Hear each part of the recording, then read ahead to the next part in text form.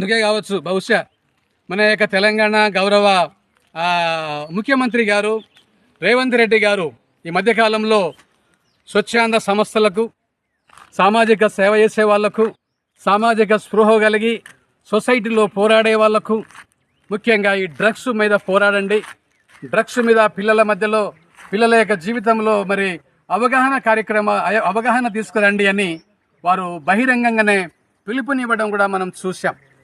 కాబట్టి దీన్ని తెలంగాణ ప్రభుత్వం ఎంత సీరియస్గా తీసుకుందో కూడా మనకు తెలుసు.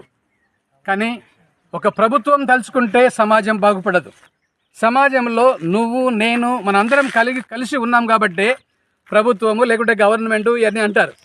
కానీ ప్రభుత్వము అంటే ఎవరో కాదు.